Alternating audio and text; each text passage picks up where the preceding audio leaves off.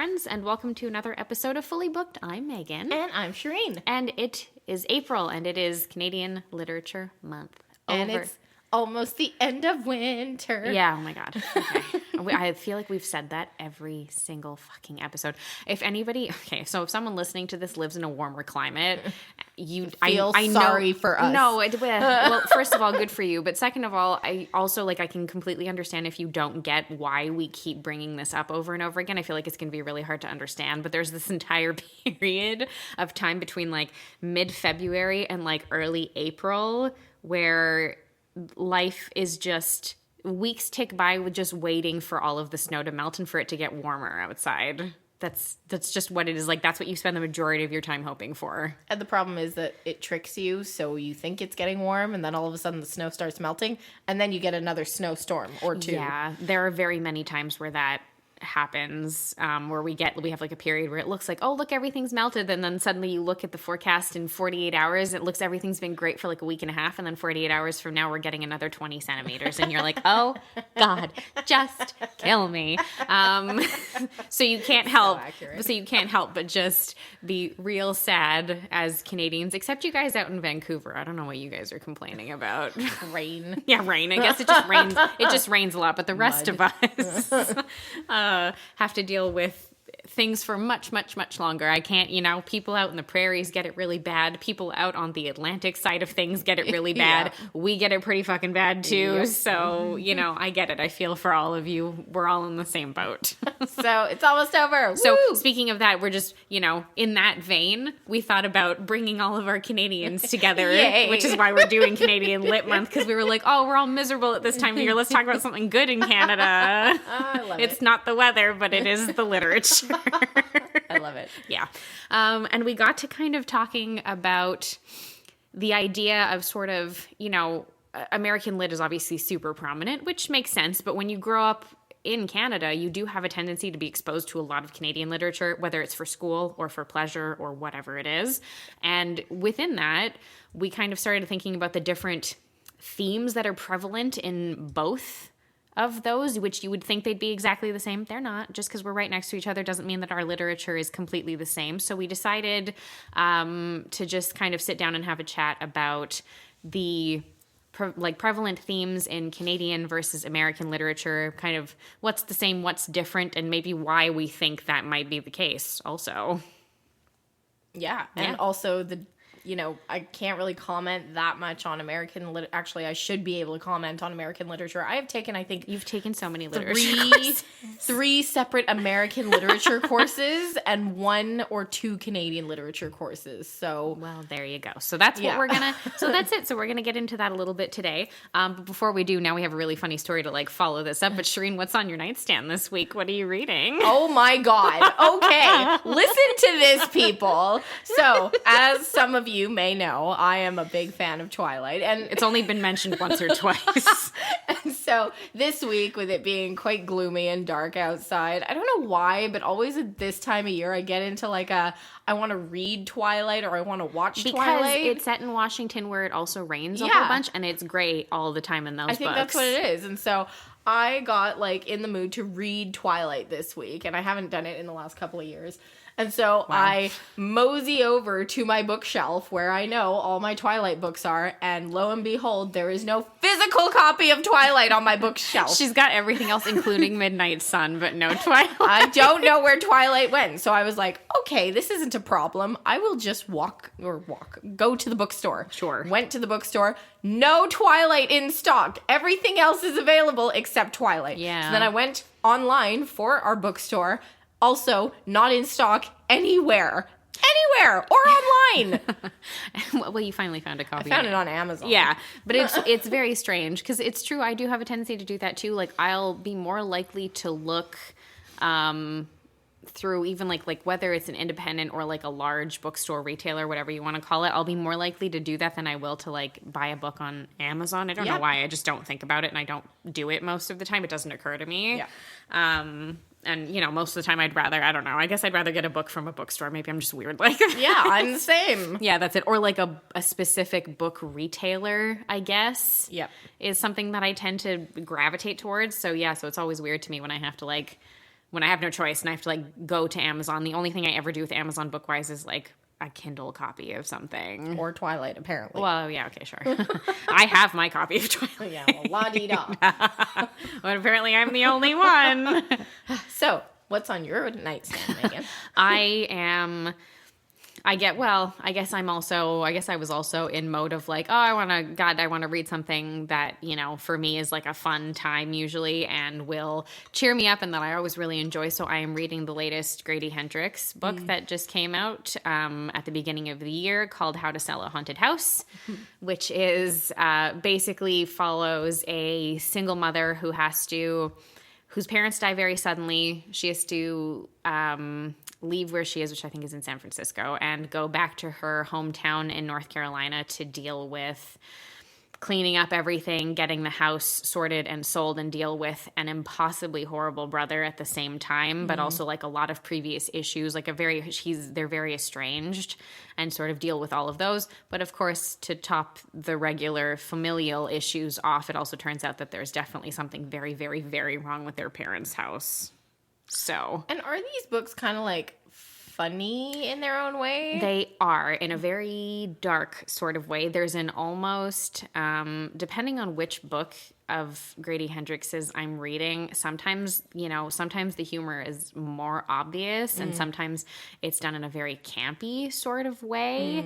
But it's always sort of a bit tongue-in-cheek and a bit like self-aware. Right. You know, like it's got a bit of a meta feel to it where it's kind of aware of what's going on, particularly depending on what the story itself is and what like the content of it is and what the horror element of the story is. But I will say that it's really crazy that, you know, stories like his which very often that's it, do have that tongue-in-cheek sort of self-awareness to them, have genuine moments of horror that are so bothersome to read that you're like, oh my God, that's terrifying in the middle of something else that's happening because of just like particular descriptions. And then you're taken right back out of it. So it's this really interesting, really nice balance. Every time I read one of them, I'm always just really impressed with the balance between sort of horror and comedy and legitimate sort of dramatic, especially like friend and familial relationships between people. He's just got a knack for it. I don't know what it is. And he really, I will say, I don't say this very often because I don't feel that way very often. Grady Hendrix has a knack for writing from the female perspective, which is not something that I feel happens very frequently. No, that is not. But basically all of his leads are female in his novels, and I get it. It doesn't bother me at all. Cool. Yeah.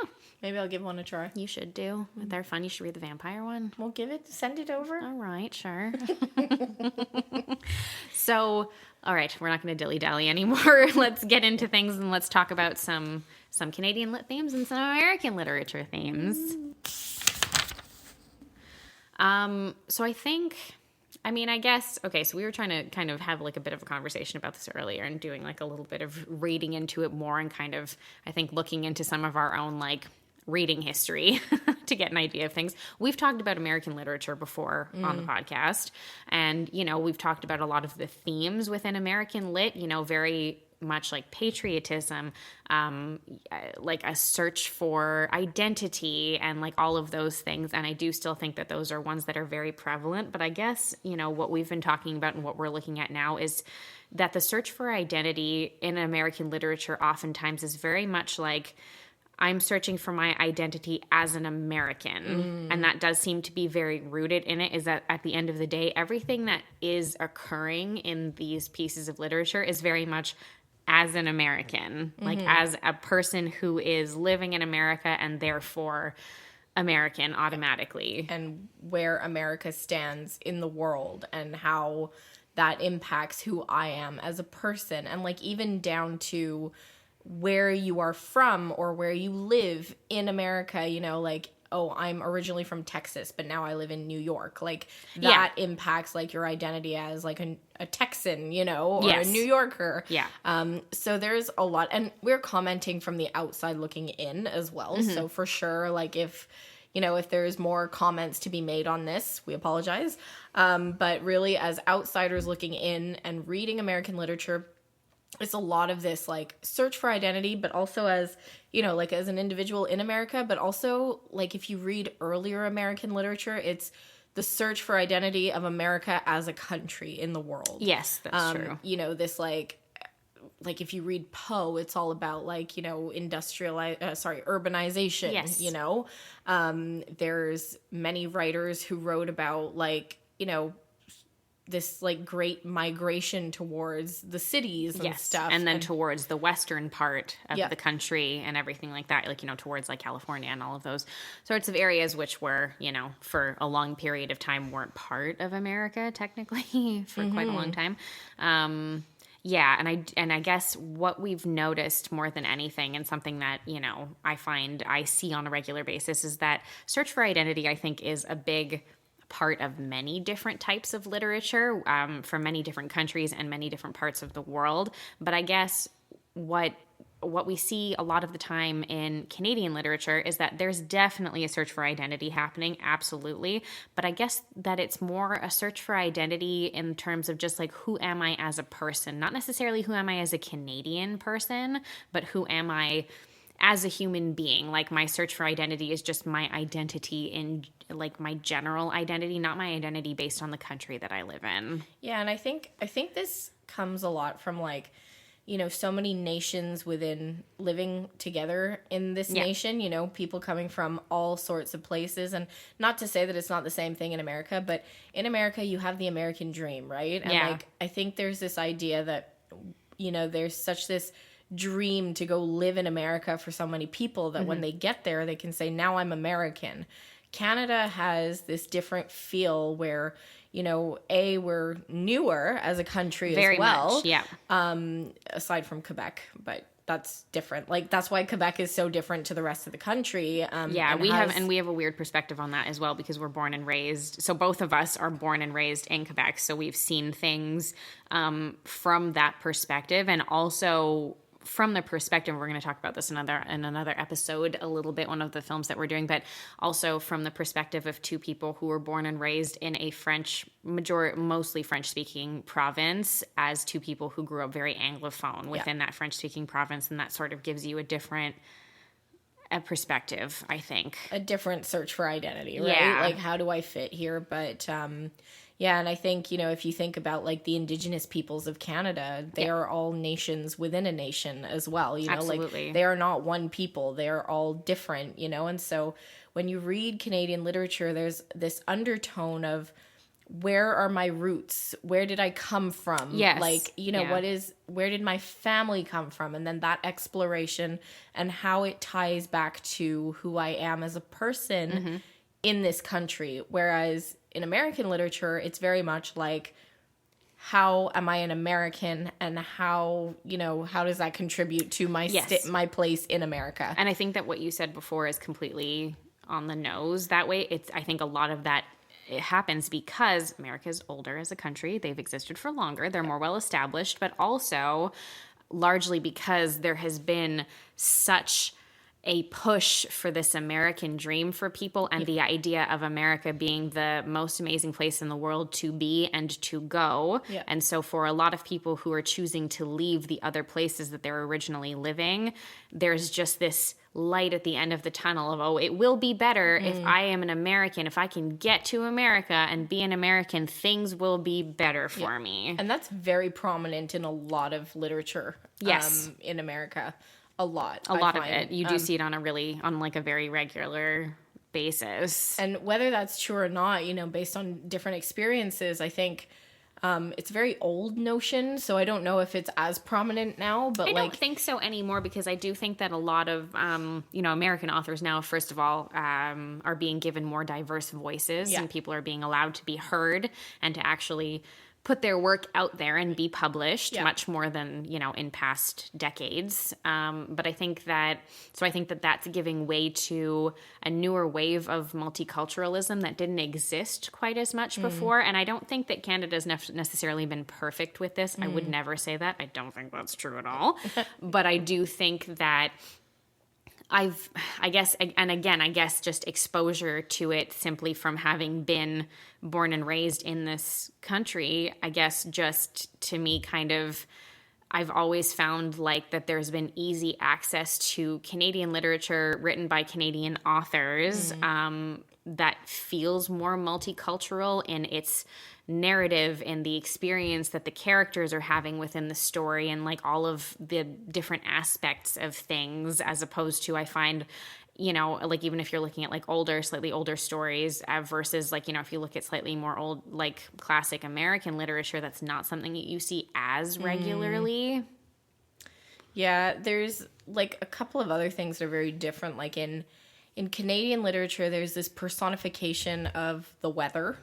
And of like nature. I love that we were just talking about how annoyed we are about the snow that's well, this still is around. It, and this is why it's such a prominent, and that's like, and you know, commentary. It's kind of worth like almost like talking about and bringing up just what the weather patterns have a tendency to be like here for people, and like, you know, this is us, like, you know, like still having trouble complaining about it as people who were born and raised here and aren't planning on leaving. No, so. I mean, this is it. Like, I have lived outside of Canada and I came back, you know? Yeah.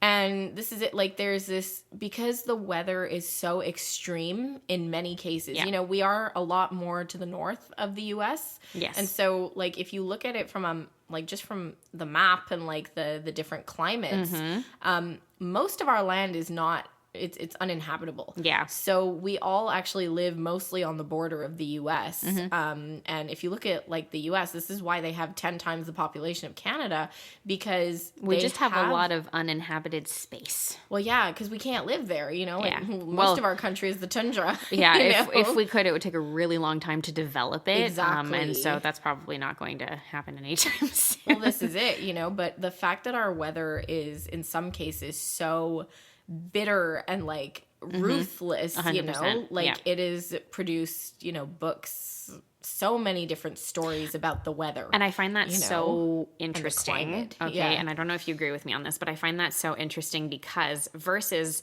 you know, the U.S., I find anyway, from everything I've observed and everything I've read and seen over the years, the U.S. has so much more, depending on what part of the country you're in, they're so much more likely to experience natural disasters in a lot of places. It's true. Canada doesn't have as much of that. I think it's twisters, you know, bad earthquake faults. We don't have that many fault lines that run through the country. No. We don't have as much. We don't have Tornado Alley, where like, you know, like all through like sort of like the Midwest and the South and all like the flatlands and everything. And we do have flatlands. We have 3 whole ass provinces that are like, you could like look from where, like from Alberta all the way through Manitoba into BC, basically. You can see the whole thing. There'd be like one lamppost. There'd be like one. Yeah, there'd be like one mountain in BC, and then you'd just be able to see it straight from Calgary, basically. But and that's like far. It's really for reference, it's really fucking far. It's like a 3-day train ride. Okay, yeah, exactly.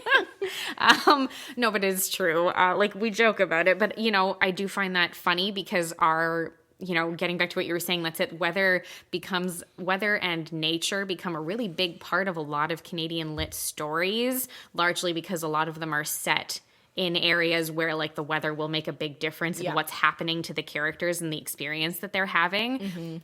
But it's funny because so much of it is just centered around like the seasons and how they work, as opposed to like, oh, we might experience a really bad earthquake or flooding or this or that. Like we don't have that. We don't have like forest. Well, they do in Alberta. We do. It does. It does happen, but it's true that we are kind of largely spared from that. And I wonder if that has something to do with the fact that it's bloody cold up here and that maybe luckily that does help us a little bit. I'd like to think that I'm pretty sure what's going to happen if there's ever like a day after tomorrow like scenario where all kinds of weird shit starts happening at the same time, it's just going to get fucking cold here and that's how we're all going to die. That's it. Pretty much. I mean, I think they said that isn't Montreal going to be submerged in water or something if climate change keeps happening. I wouldn't be surprised. Like, I mean, like Venice is already on its fucking way out, isn't it? And there's places in, I think, is it in the Maldives that are basically like slowly but surely heading underwater, if I'm not mistaken. Yeah, so I wouldn't be too surprised. There are going to be a few places like the island and stuff that are going to, because Montreal's an island for people who aren't aware.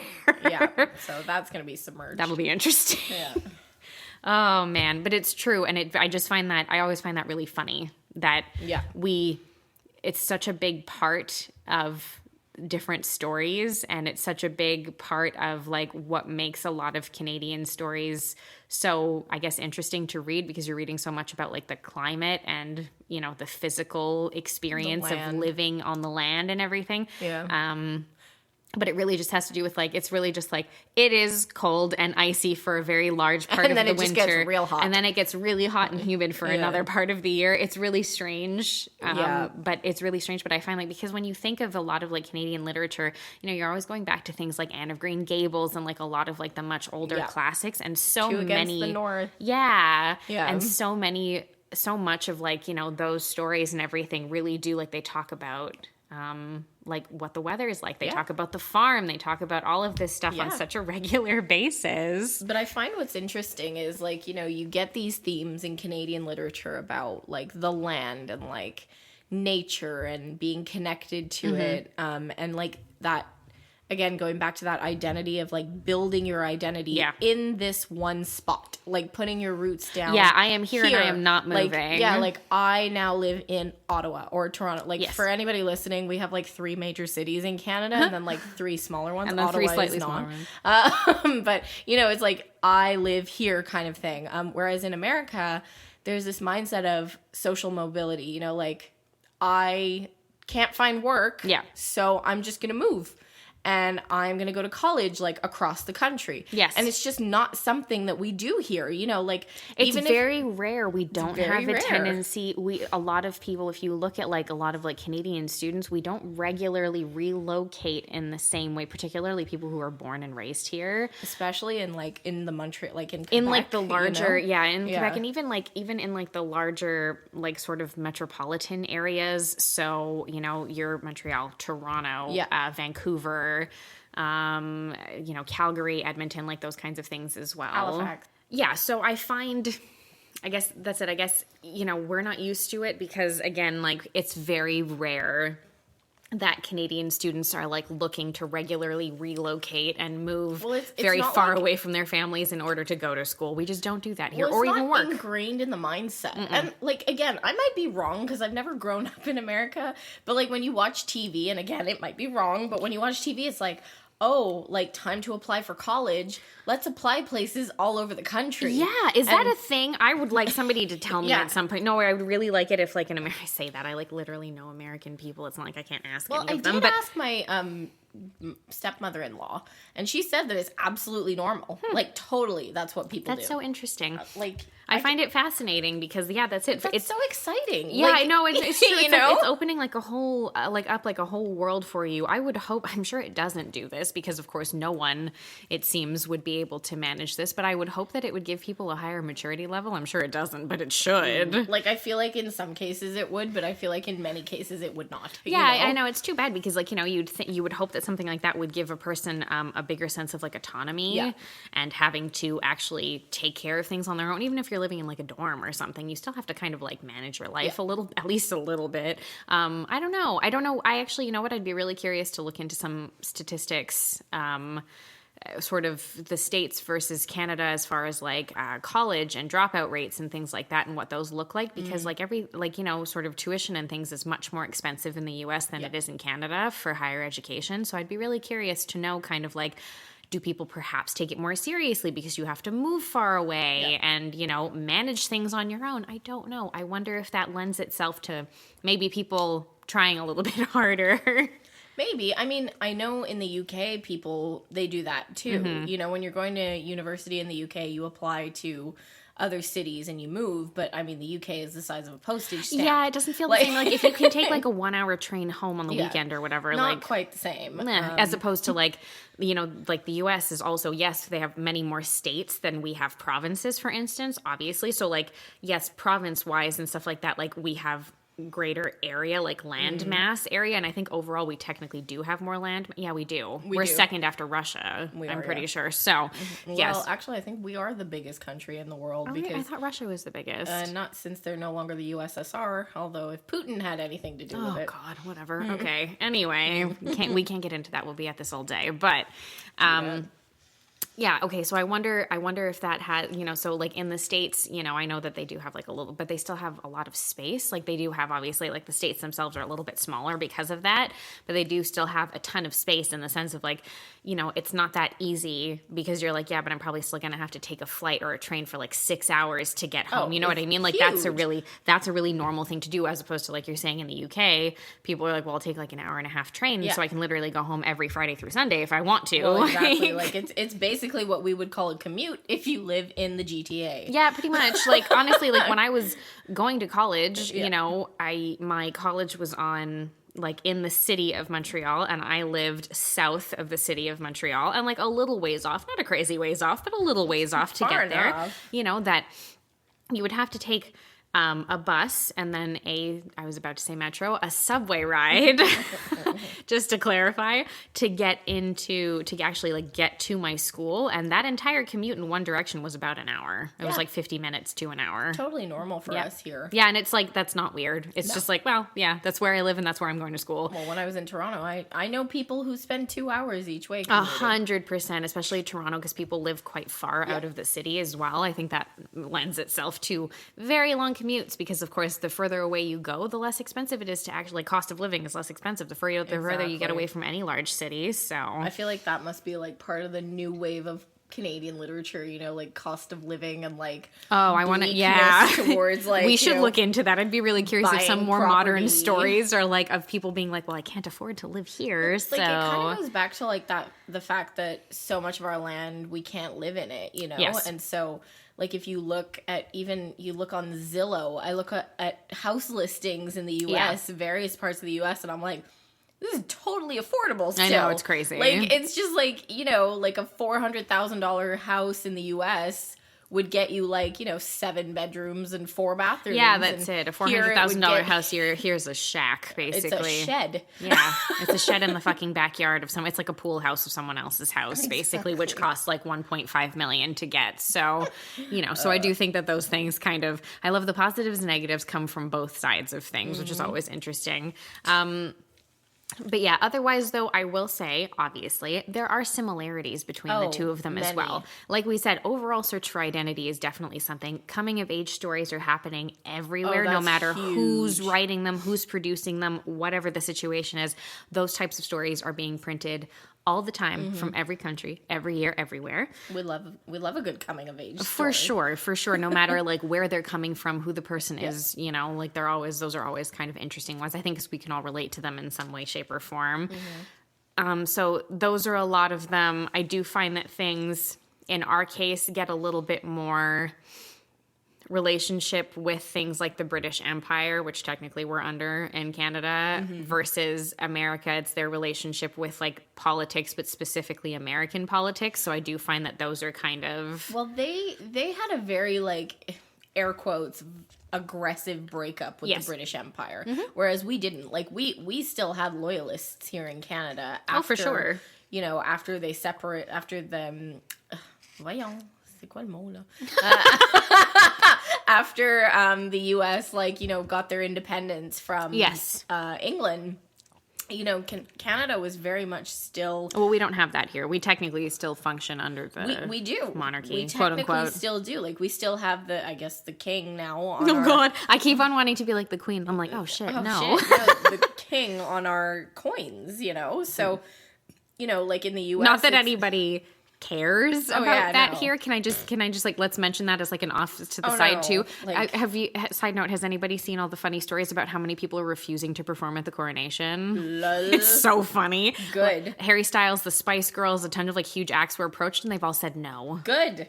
Anyway, so we have like a very different relationship with England here in Canada, like to the point where a lot of like our Canadian spelling is very much British spelling. 100%. We've got like a weird merging of like the American number and of times that I will be texting or like writing something, even just like typing something out in like a document, and I write the word color or favorite with an OU and it's underlining it to tell me that it's incorrect. I'm like, shut the fuck up, and I just like keep writing and I ignore it anyway.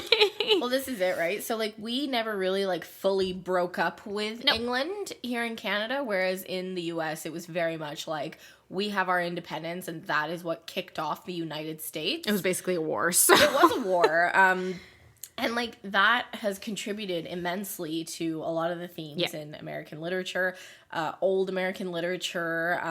You know, it's like breaking up with your roots, basically. Yes, you know? Like, yes, it's cutting true. off your roots and saying, I am my own person and I exist within my own entity now. Mm-hmm. And that's why, you know, Canadian literature is very different, where we never really broke that tie. No, and now we're also, I find anyway, we're almost getting to the point of trying to circle back more to also acknowledge other original Canadian stories. So having, you know, more Indigenous literature Thank God. out there and hearing more Indigenous voices out there, which plays such a big part in our history because of the sheer volume of people who were our here. History. Like that, our Canadian history is like Indigenous history, really. Yes, you know? absolutely. And, you know, the way that Indigenous people have been treated. Yep. So that comes into play quite a bit, I find, even more than it did before. And I do find that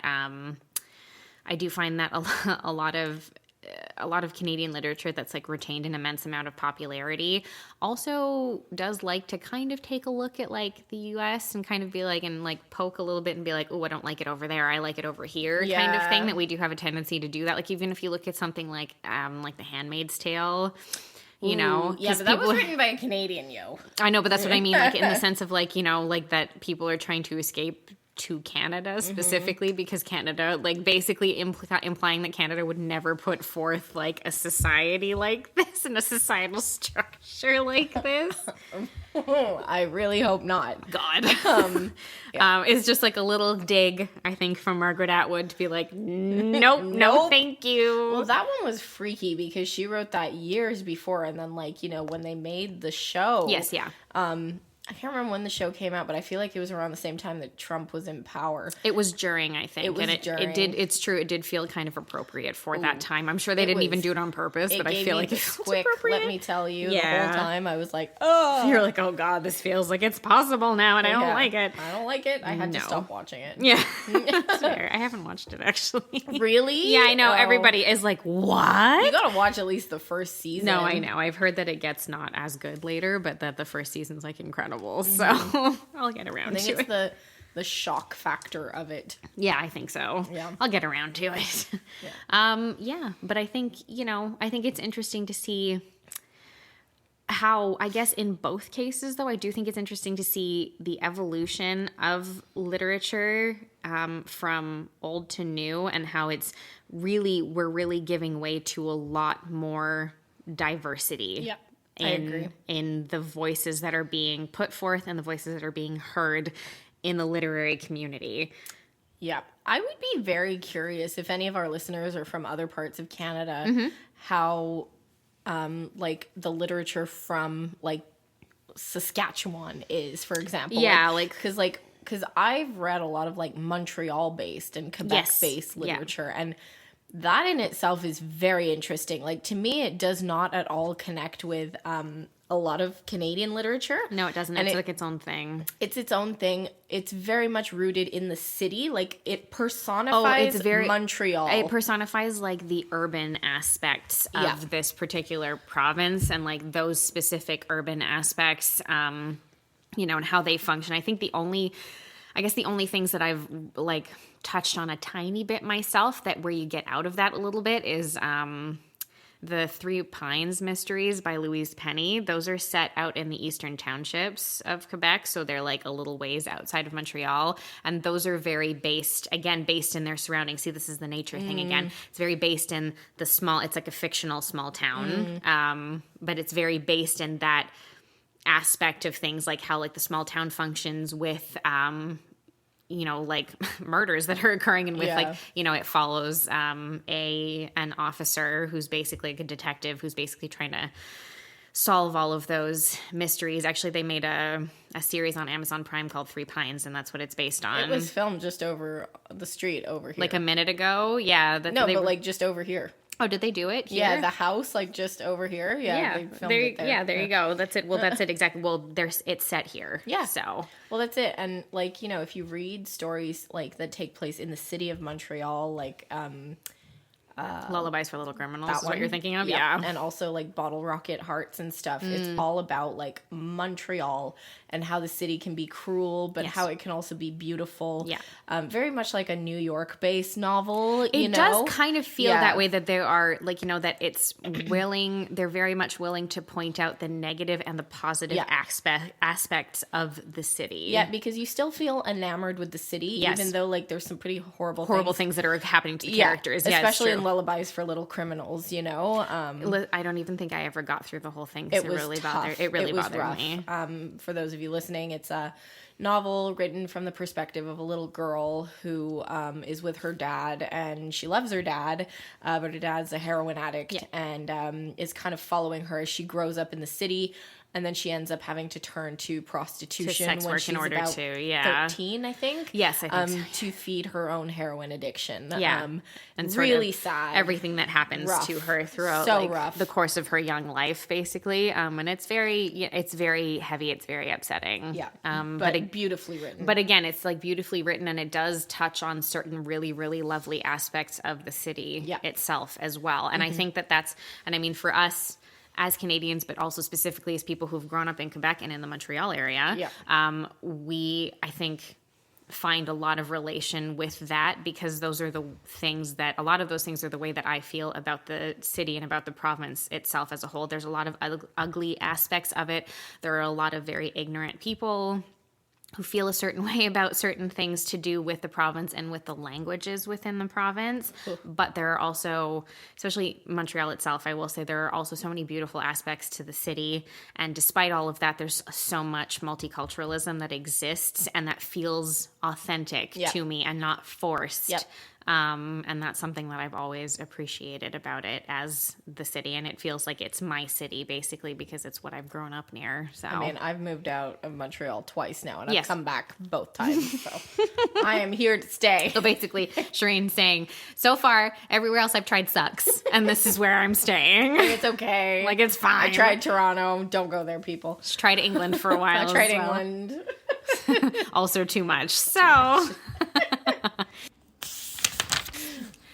So those are just a few of the musings that we've had about sort of the idea of American lit, of Canadian lit, of what both of them have and what both of them are maybe lacking a little bit also. But what do you guys think of all of this? Have you read a lot of Canadian literature? Because I'm always curious to know if people have or not. You can let us know about that over on our Instagram page at fullybookedca. And you can also check out our Facebook group at facebook.com/groups/bookwaswaybetter. And if you're still here hanging around with us, which I hope you are, you can please feel free to leave us a 5-star rating and review wherever you are listening to the episode, because it really helps us get the show out in front of more people. But until next week, guys, keep on reading. Thanks, everyone.